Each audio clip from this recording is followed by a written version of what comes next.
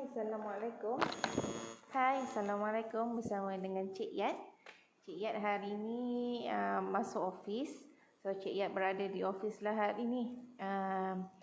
Semalam Cik Yat tak live sebab ada urusan yang perlu diselesaikan dan juga anak Cik Yat kurang sihat lah.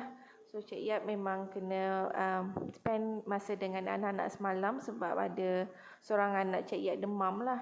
So hari ni Alhamdulillah demam dia dah mula kebah. Risau jugalah kan. Tapi pergi doktor pergi semalam doktor cakap dia hanya demam biasa sajalah. So kalau doktor kata kalau dia berlarutan then bawa pergi ke hospital. Tapi Alhamdulillah pagi ni Cik Yat tengok dia punya demam dia dah kebah. So Alhamdulillah. So, kita risaulah dalam musim-musim penyakit ni kan. Kita tak tahu. Anak-anak kita mungkin duduk dekat rumah. Macam Cik Yat terpaksa juga keluar kan berjumpa dengan orang. Tapi Alhamdulillah pagi ni dia punya demam dia dah kebah. Dia dah sihat. Dia dah kembali sihat. Bila Cik Yat tanya dengan dia pening kepala ke tak, dia cakap dah tak pening. Dia dah gembira lah. Maknanya budak-budak kan kalau kita tahu dia sihat tu maknanya kalau dia ceria tu memang dia sihat lah. Budak-budak kan dia tak kurang especially menipu dia tu. So kita tahulah keadaan dia. So bagaimana hari anda hari ni? So Cik Yat berada di office sebab hari ni ada apa? Kita ada perbincangan lah berkenaan dengan rumah Harmony House. So kita nak buat review lah untuk dia punya pelan bangunan dia untuk kali pertama. Saya dengan Cik Yat dengan designer Cik Yat. So kita nak buat review sebelum kita proceed dengan kalau kata ada pembetulan apa nak kena betulkan semua. So hari ini kita akan ada dia punya review lah untuk pelan bangunan Harmony House. Cik Yat sebenarnya hari ni Cik Yat nak buat story. Cik Yat nak buat story. So sebelum Cik Yat nak buat story ni, Cik Yat nak tanya, dengar tak suara Cik Yat? Kalau dengar, kata dengar jelas. Kalau tak dengar, susahlah sikit. Nanti kan Cik Yat buat story tak dengar lah pula. Ya, Cik Yat cek sama ada suara Cik Yat ni dengar ataupun tidak.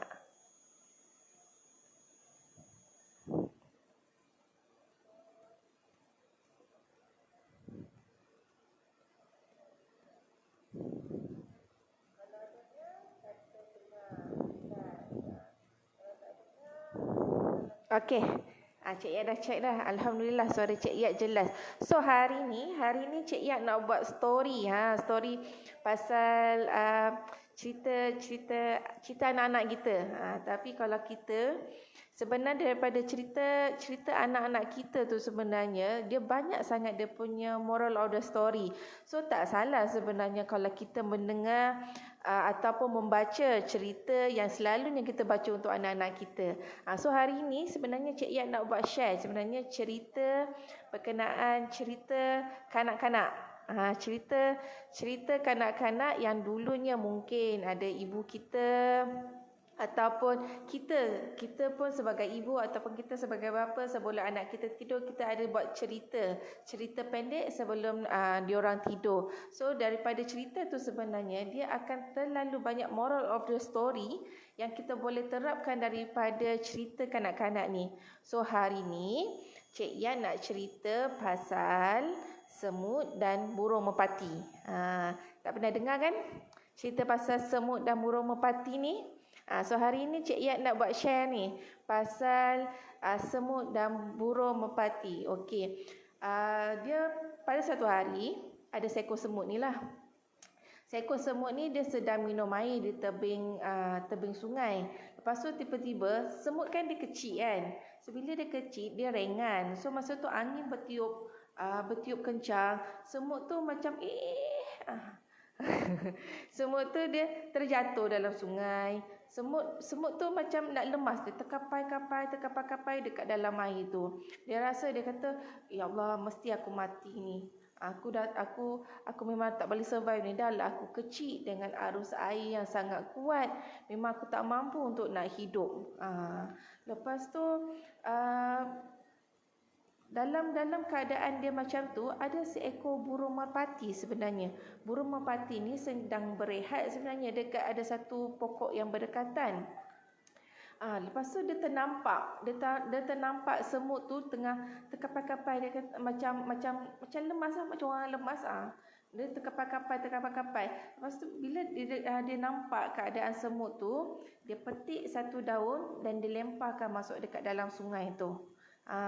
Lepas tu daun tu pergi ke arah semut tu lah. So semut tu pun dapatlah panjat dekat atas daun tu. Lepas tu daun tu pun mengalir mengikut air sampailah ke tebing. Lepas tu semut tu selamat.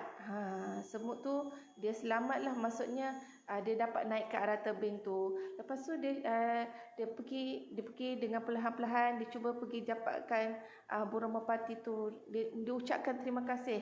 Terima kasihlah banyak-banyak kerana tolong saya. Kalau tak apalah jadi dekat saya, mungkin inilah nyawa saya yang terakhir. Kalau tak ada siapa yang menolong saya. Alhamdulillah, maknanya Allah masih nak panjangkan umur saya dengan ketemukan dengan si merpati. Lepas tu selang beberapa hari ada sekumpulan pemburu ni lah datang ke tempat area-area sungai itulah untuk memburu burung. So adalah satu pemburu ni, dia nampak burung merpati ni. So dia nampak burung merpati ni tengah berehat di atas pokok. Lepas tu dia pun mengeluarkan busur yang arrow tu kan. Dia mengeluarkan busur dan anak panahnya. Lepas tu pemburu tu mengarahkan busur ke arah burung merpati tu. So semut tu nampak. Lepas tu dia teringat burung merpati ni dulu pernah tolong dia. So dengan dia pantas, dia pergi dekat pemburu tu, dia terus gigit.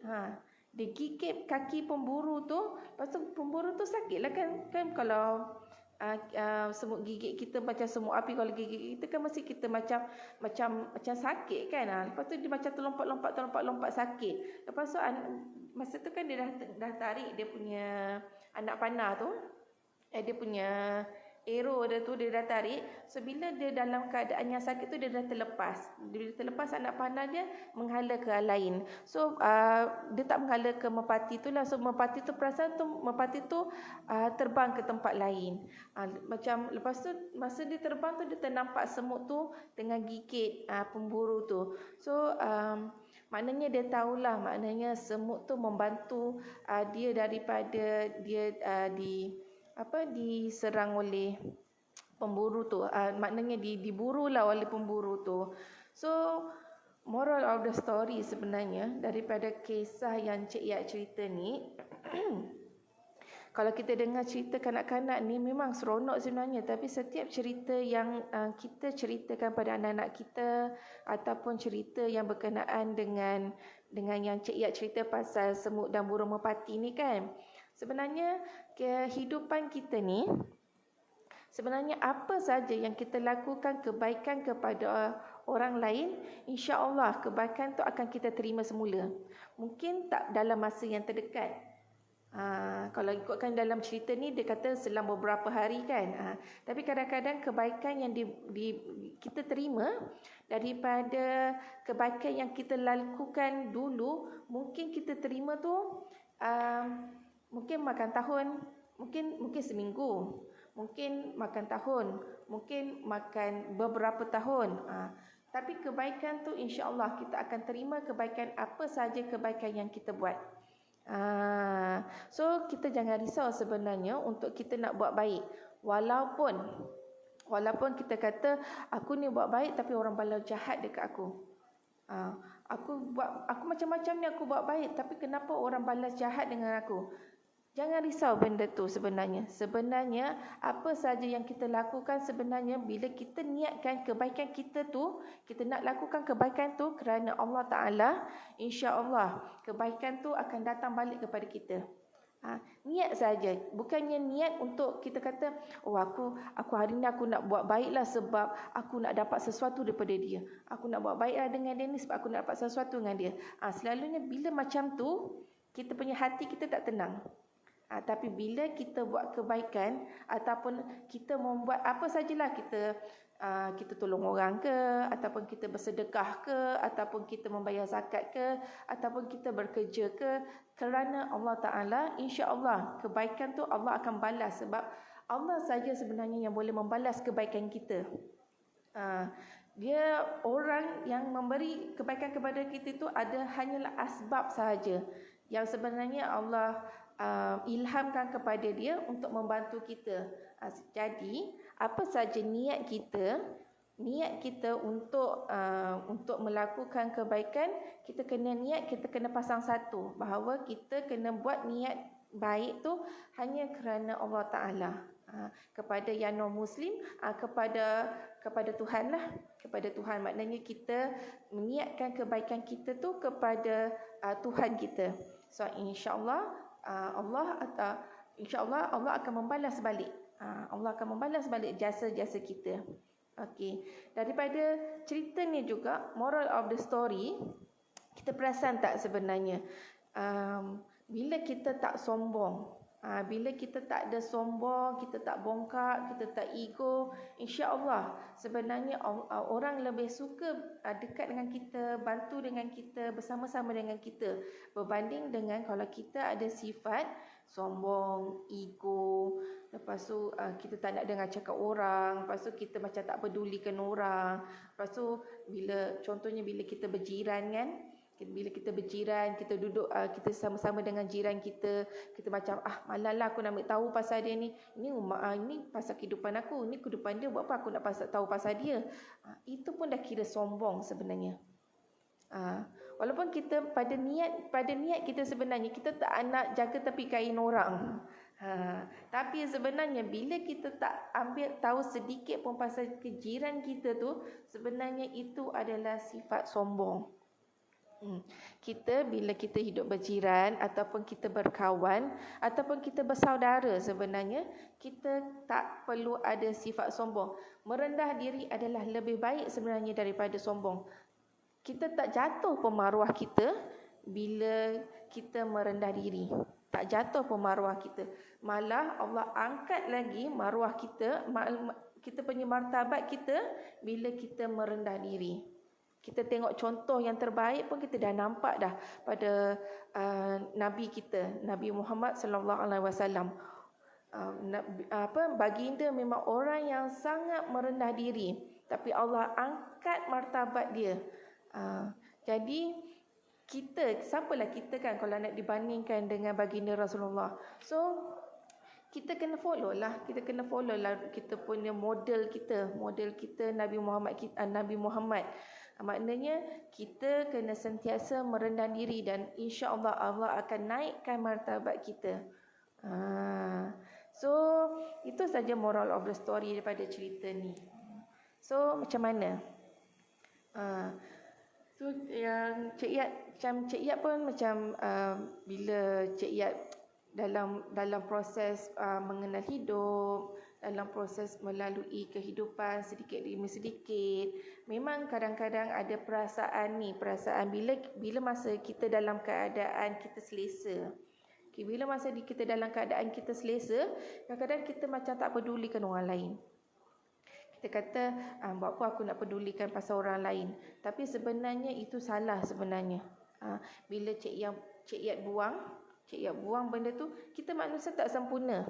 Cik Yat tak sempurna. Anda semua pun tak sempurna. Kalau sempurna itu adalah Allah. Allah Maha Sempurna. Manusia tak sempurna. Kita memang melakukan kesilapan.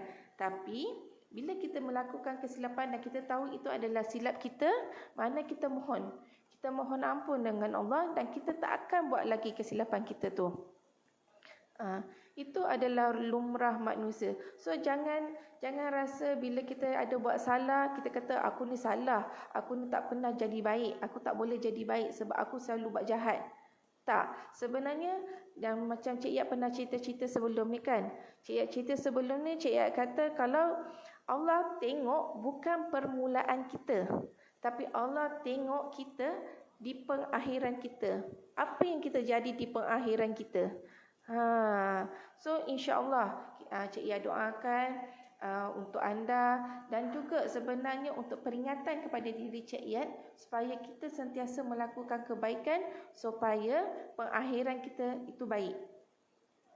Sentiasalah berdoa kepada Allah, ya Allah ya Tuhanku, kau berilah pengakhiran aku yang baik. Pengakhiran aku yang baik itu husnul khatimah, makna pengakhiran yang baik. Insya-Allah kalau kita sentiasa doa dan kita berusaha untuk ke arah itu dan kita bertawakal untuk ke arah itu, insya-Allah Allah akan terima kita dan insya-Allah kita mempunyai pengakhiran yang baik.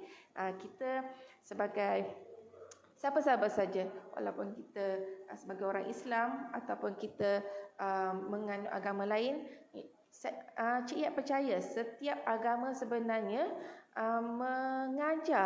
mengajar untuk umatnya membuat kebaikan dan berakhir bila kematian dalam keadaan yang baik.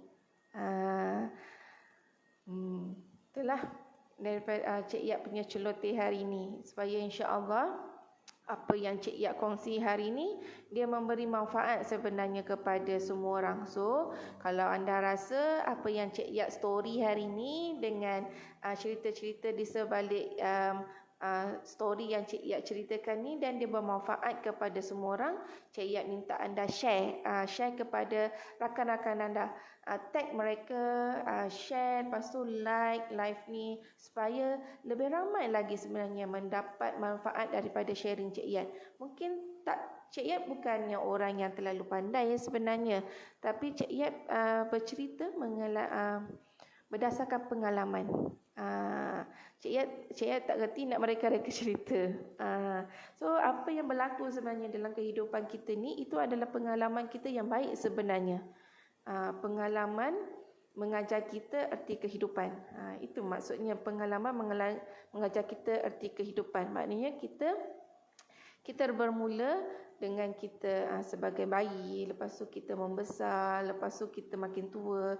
So daripada pengalaman-pengalaman kita sebenarnya Allah dah aturkan sebenarnya untuk kita diuji, kita diberi macam-macam, kadang-kadang kita jatuh, kadang-kadang kita naik. Sebenarnya Allah bagi tu semua untuk nak menguatkan hati kita, nak menguatkan iman kita supaya kita berbalik kepada Dia.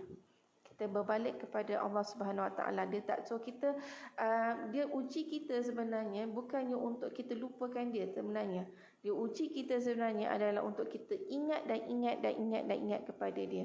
Insya-Allah supaya dia menjadi peningatan juga kepada Cik Iyad. So bila Cik Iyad cerita ni, Cik Iyad pun kena ingatlah balik. Oh aku kena ingat apa yang aku cakap. Aku kena ingat apa yang aku buat dan aku kena ingat apa tindakan yang aku buat.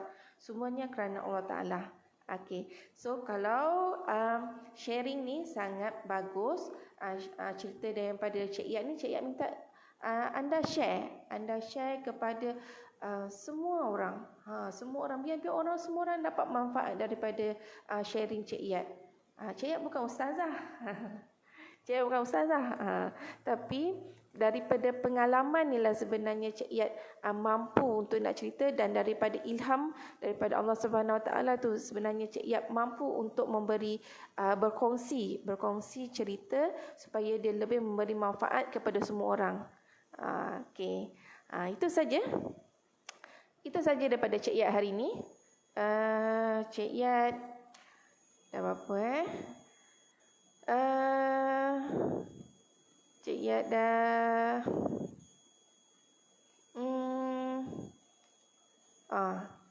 bateri Cik Iyad pun dah nak habis. Okey, itu saja daripada Cik Iyad hari ini. InsyaAllah Cik Iyad akan live lagi, berkongsi lagi tentang perkara-perkara lain, seperti Cik Iyad kata buat live yang sebelum-sebelum ni. Celoteh Cik Iyad ni adalah berdasarkan kepada apa yang Cik Iyad buat, apa yang cerita-cerita di sebaliknya. Itu adalah sebenarnya perjalanan hidup Cik Iyad. Ini adalah segmen untuk celoteh Cik Iyad. So kalau nak tahu berkenaan apa yang Cik Yap buat, lepas tu apa bisnes Cik Yap buat, lepas tu celoteh-celoteh Cik Yap yang lain. So stay tune dengan live Cik Yap di masa yang akan datang, insya-Allah. So kita berjumpa selepas ini nanti di masa-masa yang akan datang. Tapi jangan lupa like live ni and share live ni and tag kawan-kawan anda supaya mereka pun mendapat manfaat daripada sharing Cik Yap. Kalau anda tag, anda share, maknanya anda tidak sombong. Maknanya sebab anda tahu apa yang anda dengar hari ini sebenarnya adalah manfaat kepada orang, biar anda memberi kepada orang. Jangan ada sifat sombong, jangan ada sifat ego tu. Mungkin dia memberi manfaat juga kepada orang lain. Itu saja daripada Cik Yap hari ini. InsyaAllah kita akan bertemu lagi. Assalamualaikum warahmatullahi wabarakatuh and bye.